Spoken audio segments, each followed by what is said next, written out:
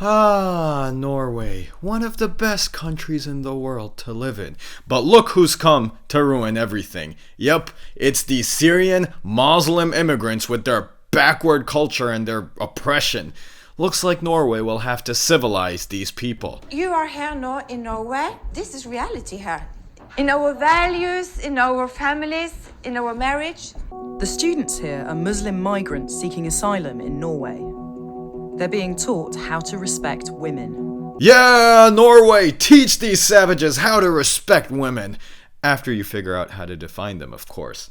Is there a culture clash when people first arrive in Norway, when they see people dressing differently? Yeah. I had one example. A man from us felt that he wanted to be close to a Norwegian woman, but she hit him.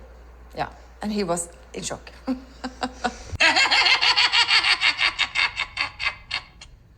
Yeah, let's all laugh at the guy getting hit. Imagine if the Muslim guy retaliated.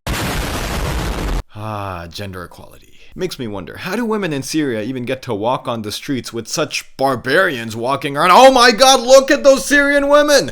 How are they walking on the streets like that? Oh my god! Okay, it's happening! Everybody stay calm! What's the procedure, everyone? What's the procedure? Stay calm! Look at these brave women walking in the face of such horror.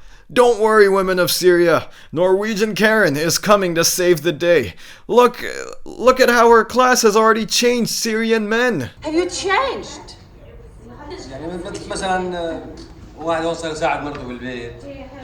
Fantastic.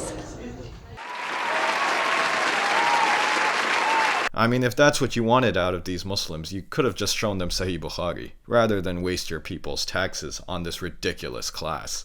Now look, this isn't some rant on how immigrants are perfect angels and can never commit any crimes. Yes, there are cultural differences. Yes, there are flaws. There are flaws in practically every culture, because culture is man-made. But having this false superiority complex, pretending like you've reached peak civilization and that you need to civilize these other primitive people, is the dumbest solution you can think of. Look at how this Guardian interview goes while meeting the Syrian couple. He's a teacher and she's a surgeon. Why do you think the Norwegian government wants you to do this class? To learn them the equality is here different.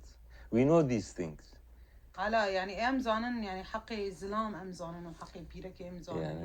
the right of man. Think of how ridiculous this is. A qualified surgeon is being forced to attend classes telling her that she is oppressed by her culture. She's saying here, our men don't abuse us. But what does she know? Karen knows best. She's just a victim.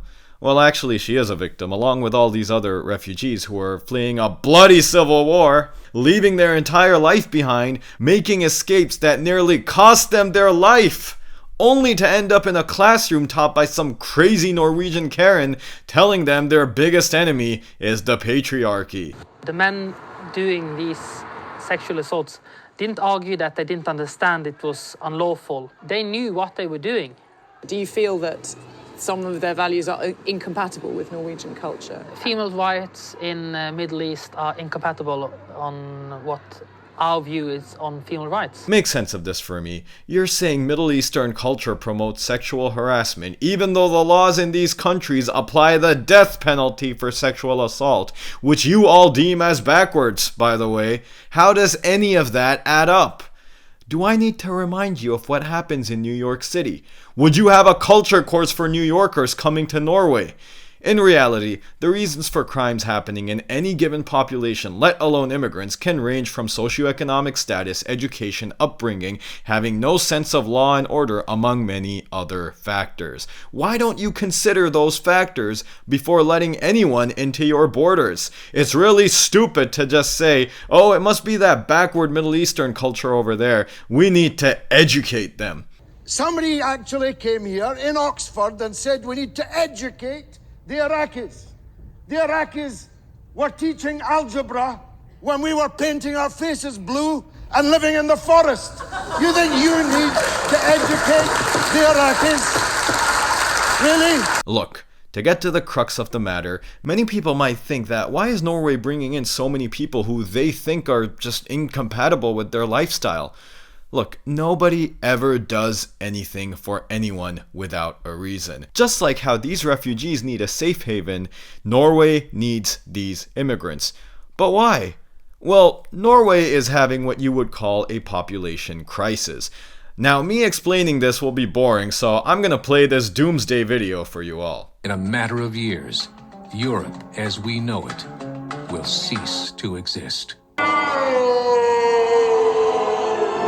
In order for a culture to maintain itself for more than 25 years, there must be a fertility rate of 2.11 children per family. With anything less, the culture will decline. Historically, no culture has ever reversed a 1.9 fertility rate. A rate of 1.3, impossible to reverse. As the population shrinks, so does the culture. Norway's fertility is currently 1.41, and the rest of the Western world isn't any better. These are danger level fertility rates. So who will be the savior of Europe? Yet the population of Europe is not declining. Why? Immigration. Islamic immigration. European countries rely on immigration from these Muslim countries with cultures that value high fertility to keep their population and labor supply in check. So what's going on with Norway that is causing their infertility problem? Norway has one of the best healthcare systems to tackle any biological problems, a very healthy functioning economy, and some of the best, if not the best, policies when it comes to parental leave, where both parents almost practically get 2 years of paid leave. The problem with Norway is, wait for it, their culture. They prioritize freedom and careers over marriage and kids, not to mention the growing acceptance of not wanting any kids at all. And I'm not even getting into modern dating culture and the collapse of the traditional family unit in the Western world. This nihilistic, postmodern Western worldview, which prioritizes individual happiness over societal responsibility, has caused fertility rates to decline below the acceptable threshold. Yes, when a country gets more developed, fertility naturally decreases due to many factors, but nihilism definitely exacerbates it. Basically, the better educated a woman is, the less likely she is to have children, in part because children still aren't great for careers. The third predictor is religion.